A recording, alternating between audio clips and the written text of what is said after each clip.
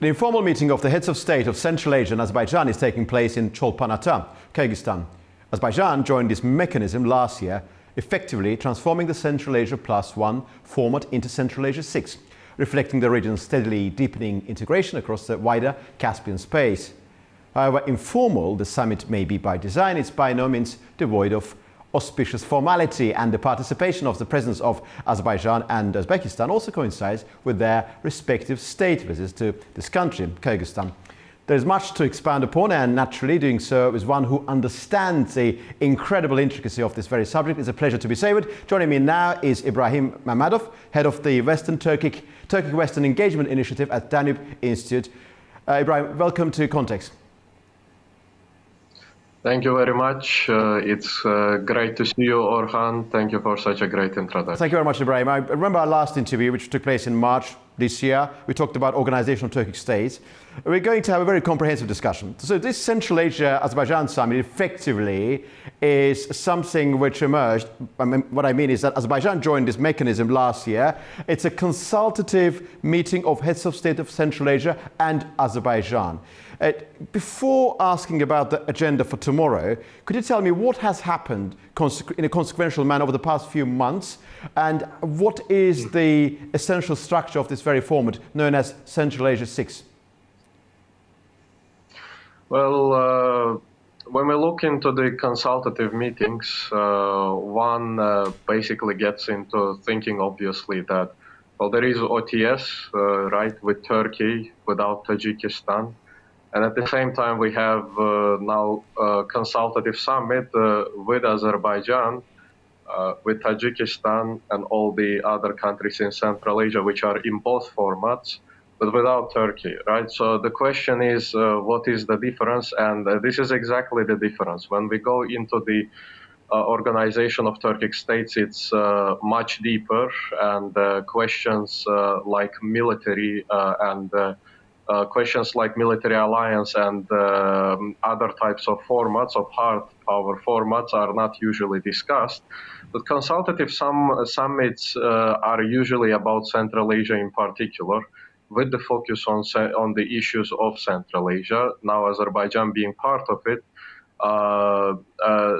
there is several moments. Of course, one of the moments is that Azerbaijan brought to the agenda of OTS the military drills, and we know that the consultative meetings already, the C6 format already has military drill format, which is called Galkhanaj.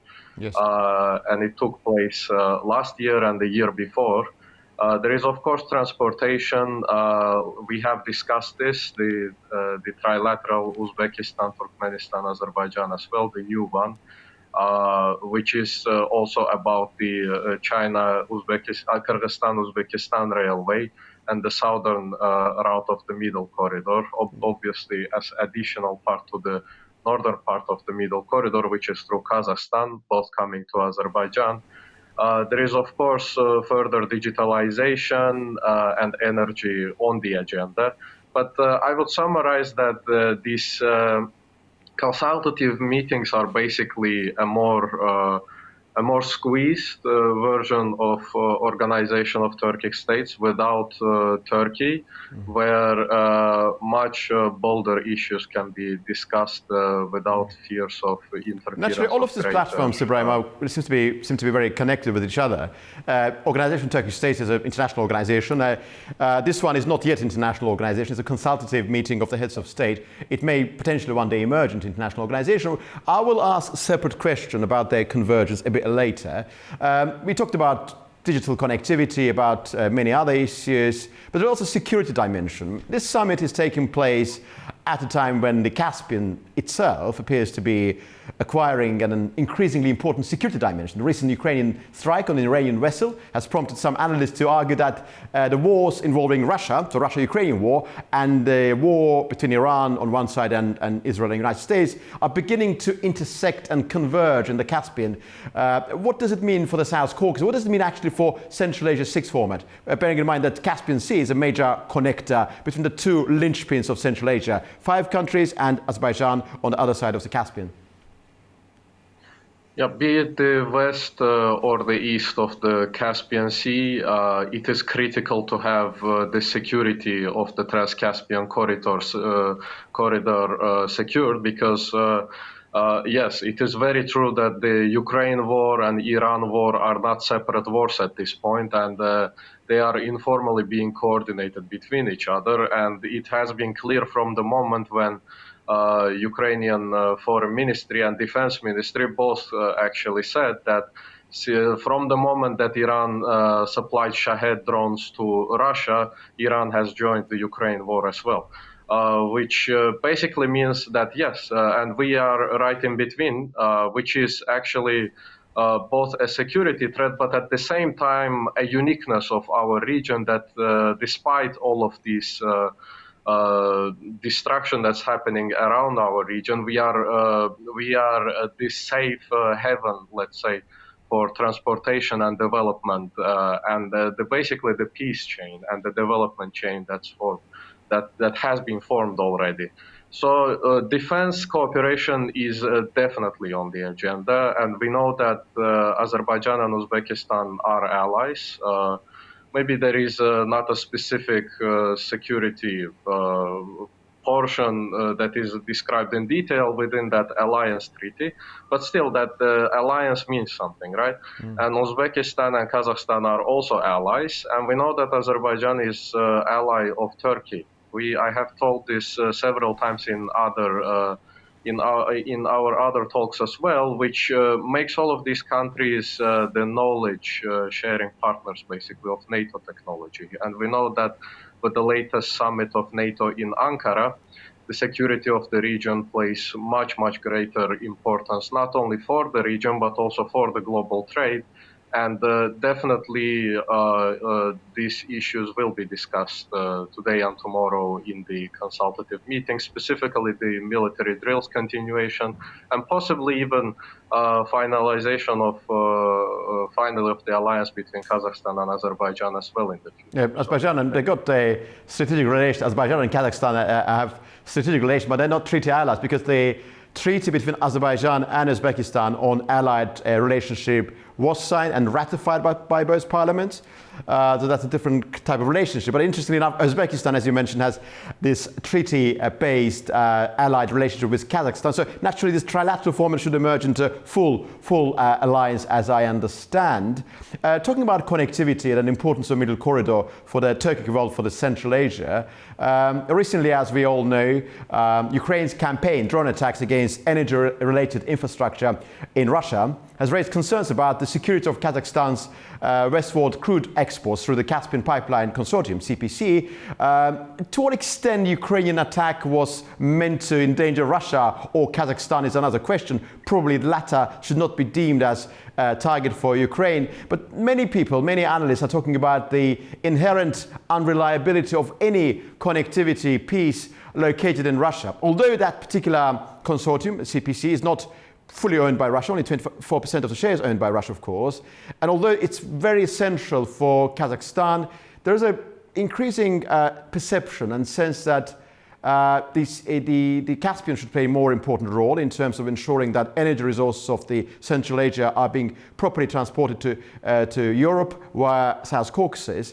Do you believe this particular element will be central to discussions about the diversification of transportation routes?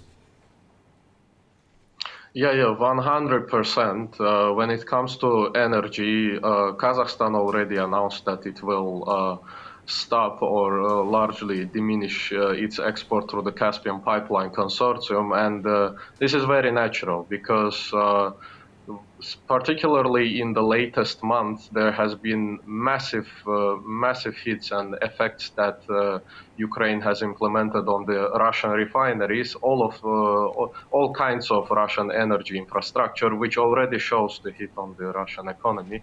But you are very right. The specific hit on the Caspian Pipeline Consortium, but also shows that Ukraine is not only determined to hurt Russia itself, but every country that would cooperate with Russia. This meaning that the focus is to kill Russian economy from all sides, basically, and all partnering sides. This naturally has the effect. Kazakhstan exports, like Caspian Pipeline Consortium had 75% Kazakh oil, and only minority of it was Russian oil. So it was primarily used by Kazakhstan, but this means that now Kazakhstan will have to use Baku-Tbilisi-Ceyhan, and there will have to be a push for faster trip implementation, because we know that the Trump route on international peace and prosperity is not only a railway, not only a road, but there is a discussion about a pipeline as well. Yep. Whether gas or oil, it is to be decided. But now this issue is on much bigger scale for the whole security of not only the region, but also for European energy security. Right? Trump for international peace and prosperity should be multidimensional, entailing energy pipelines as well. As a continuation of what you said earlier about Russia being hit and being perceived as unreliable, I suppose the self-same element, Russia being attacked by Ukraine in a fashion that it is being attacked, is also undermining Russia's ability to honor its contractual obligations towards the countries which receive fuel from Russia. For example, recently it has been reported that Kyrgyzstan is actually is holding talks with Russia regarding some of the delays, shortages and so forth. So Russia's reputation seems to be in tatters in many ways.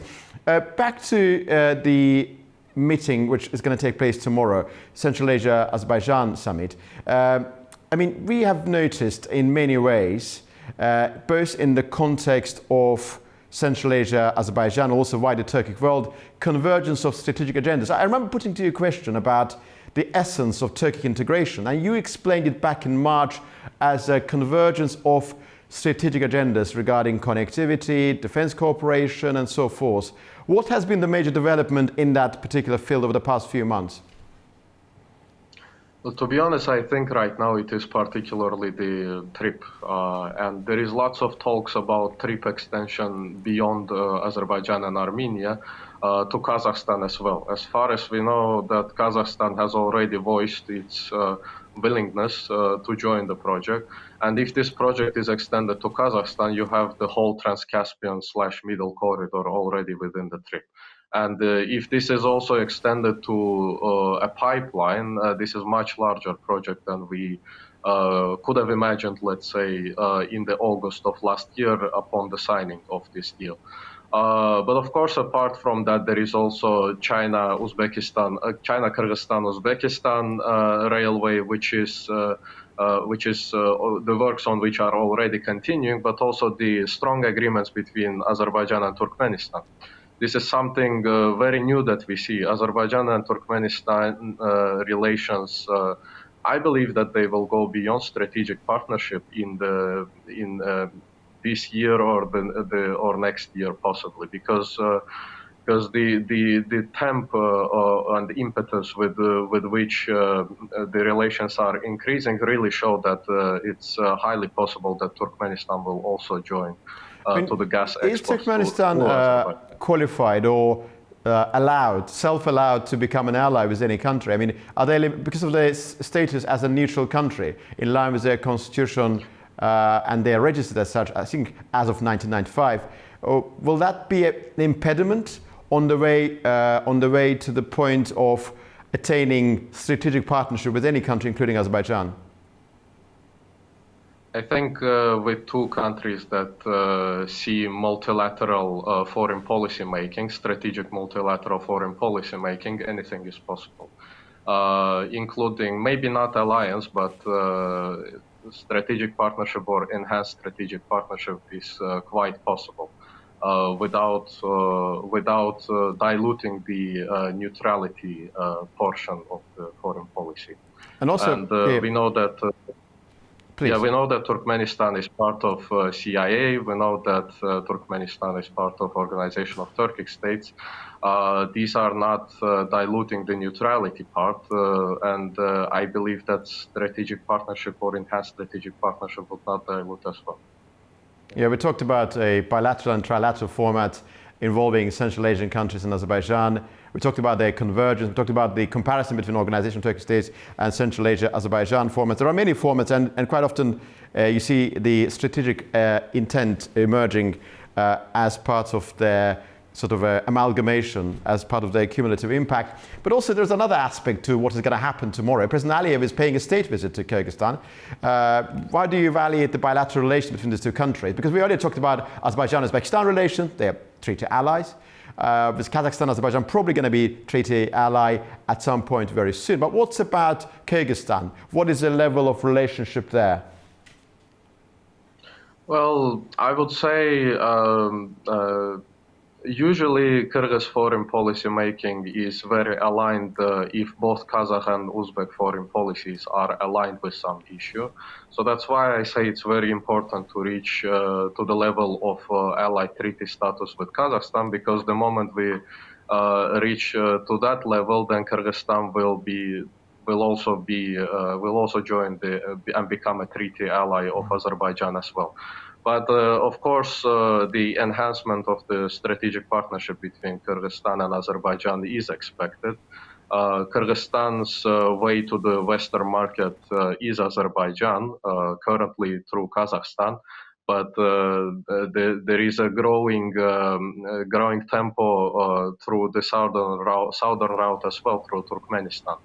And Kyrgyzstan is, of course, right now, with the damaging of the Russian economy, is actively looking for and exploring greater markets, just like all countries of the region. And and here Azerbaijan is critical for Kyrgyzstan in terms of transportation, in terms of technology share, military technology share.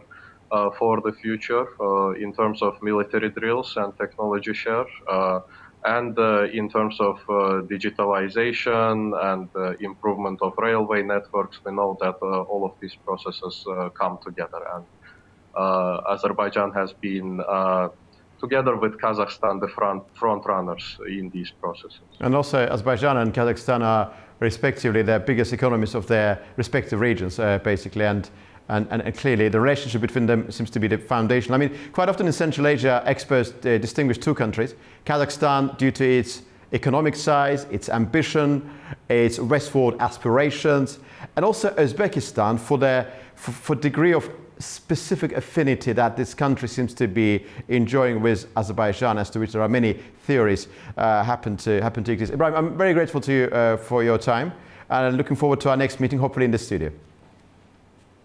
Thank you very much. Thank you. And it definitely will be very soon, because I'm here, so let's do it. Well, emergence of the Central Asia 6 is a gradual process rather than a single event. Equally fascinating in the way in which this evolving format interacts with other mechanisms, international organizations and formats of regional cooperation, including the Organization of Turkic States, which became an international organization in 2021, as well as a growing network of bilateral and trilateral partnerships amongst Turkic countries, including Turkey as well, which is not part of the Central Asia plus Azerbaijan format, of course, for very natural reasons, but part of Organization of Turkic States. It is their convergence and its implications for the wider Eurasian landscape that will continue to merit our closest attention. You've been watching Context, and see you very soon indeed.